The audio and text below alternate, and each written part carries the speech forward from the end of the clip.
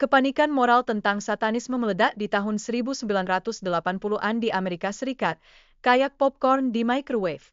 Banyak laporan palsu tentang ritual keagamaan bertebaran, seolah-olah semua orang tiba-tiba jadi detektif.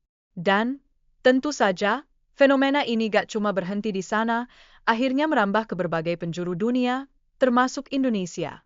Yah, kita kan gak mau ketinggalan tren, kan? Di tanah air kita, Indonesia, ada momen serupa yang bikin geger, yakni geger santet di Banyuwangi pada tahun 1998. Gak tanggung-tanggung, banyak dukun yang diduga terlibat dibunuh. Serum ABIs, ya? Ini menunjukkan betapa besarnya ketakutan masyarakat terhadap hal-hal yang dianggap mengancam, mungkin lebih takut dari kamu yang kehilangan charger HP.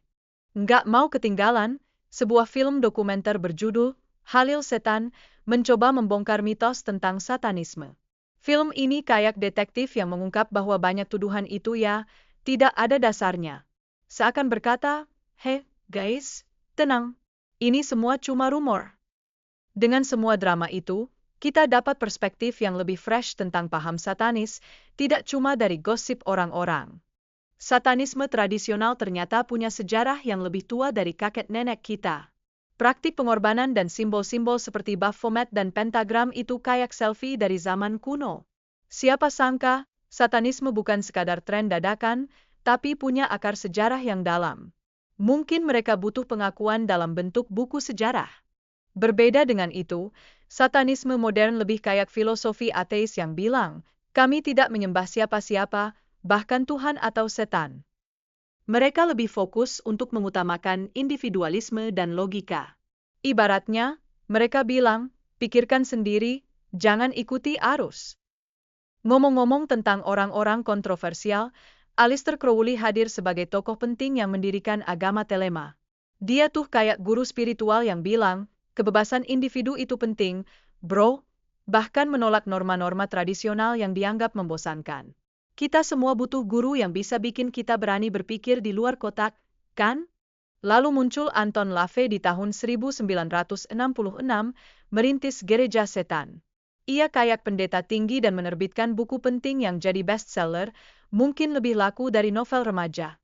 Buku, The Satanic Bible, berisi esai dan ritual yang menjelaskan ideologi setan menurut LaVey, di mana setan adalah simbol kenikmatan dan kebebasan individu. Jadi, setan itu juga bisa dibaca jadi Freedom Rocks, ya. Nah, di tahun 1980-an, fenomena Satanic Panic muncul ketika tuduhan terhadap gereja setan meroket. FBI sampai harus mengeluarkan laporan untuk meredakan kepanikan publik. Ibaratnya, mereka bilang, santai, semua baik-baik saja. Tapi, siapa yang bisa tenang? Drama ini kayak film horor yang bikin kamu berpikir dua kali untuk nonton sendirian. Jangan khawatir, ajaran satanisme modern itu tol.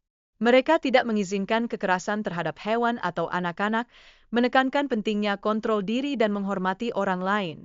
Jadi, kalau kamu mau ikut, harus hati-hati ya, jangan sampai malah berantem sama teman. Di Oklahoma, kuil setan yang didirikan punya misi untuk mendorong kebajikan dan menolak otoritas yang dianggap tirani. Mereka bilang, kita mau bebas beragama, jangan ada yang memaksa. Ini kayak aktivis kebebasan yang baper, tapi dengan misi yang keren. Pengikut satanisme modern berusaha menyeimbangkan pengaruh agama Kristen di masyarakat. Ini termasuk protes terhadap simbol-simbol keagamaan yang dianggap dominan. Jadi, mereka kayak influencer yang bilang, ayo, kita perlu pembaruan, dan ingin mendengarkan suara mereka juga. Dan lo tahu gak, kegiatan sosial yang dilakukan anggota Satanic Temple itu unik. Mereka mengumpulkan kaos kaki untuk tunawisma dan juga bersih-bersih pantai dengan cara yang kreatif. Booming, ya. Ternyata mereka peduli sama masyarakat juga. Semua orang bisa jadi pahlawan dengan cara masing-masing. Meskipun terdengar menyeramkan, klub satanis untuk anak-anak gak ngajarin hal-hal negatif. Justru mereka diajar untuk memperbaiki kesalahan dan berbelas kasih terhadap makhluk hidup. Jadi, bisa dibilang, mereka ngajarin sekolah kebajikan, apalagi dengan semua drama yang ada. Satanic Temple berdebat soal makna setan sebagai simbol pemberontakan dan penolakan dogma tradisional. mau mengubah pandangan negatif tentang satanisme yang biasanya dikhawatirkan. Jadi, mungkin mereka sekadar ingin memperlihatkan bahwa menjadi beda itu tidak selalu buruk. Victor, sang sekte, menjanjikan kekayaan dan kebebasan seks kepada pengikutnya.